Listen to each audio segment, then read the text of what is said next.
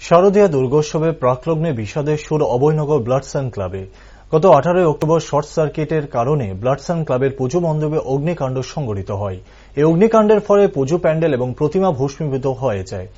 অগ্নিকাণ্ডের ঘটনা সরেজমিনে পরিদর্শনে যান রাজ্যের মুখ্যমন্ত্রী থেকে শুরু করে মন্ত্রী, বিধায়ক সহ প্রশাসনের উচ্চপদস্থ আধিকারিকগণ। শুক্রবার বিজেপির রাজ্য সভাপতি রাজীব ভট্টাচার্য ব্লাড সান ক্লাব পরিদর্শনে যান। সাথে উপস্থিত ছিলেন প্রদেশ সাধারণ সম্পাদিকা পাপিয়া দত্ত, প্রদেশ সহ সম্পাদক অমিত রক্ষিত সহ ক্লাবের কর্তৃপক্ষ।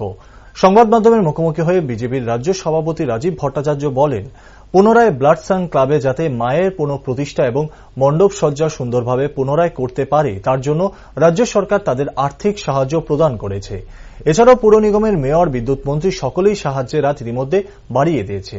বিজেপি দলের তরফ থেকেও আর্থিক সাহায্য করা হয়েছে বলে জানান বিজেপির রাজ্য সভাপতি রাজীব ভট্টাচার্য। ক্লাব অভয়নগর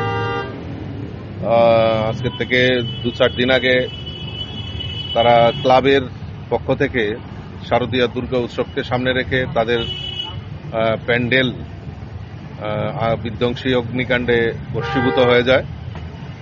তো আমাদের মাননীয় মুখ্যমন্ত্রীও তৎক্ষণাৎ খবর পেয়ে ঘটনাস্থলে ছুটে আসেন এবং প্রশাসনের আধিকারিকরাও, ডিএম, এসপি সবাই এখানে সমবেত হয়েছেন। মাননীয় মেয়র, আমাদের বিদ্যুৎ মন্ত্রী সবাই এখানে এসছেন।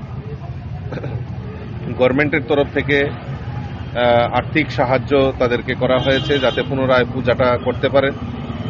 আমাদের মেয়র সাহেব, আমাদের বিদ্যুৎ মন্ত্রী সবাই সাহায্যের হাত বাড়িয়ে দিয়েছেন।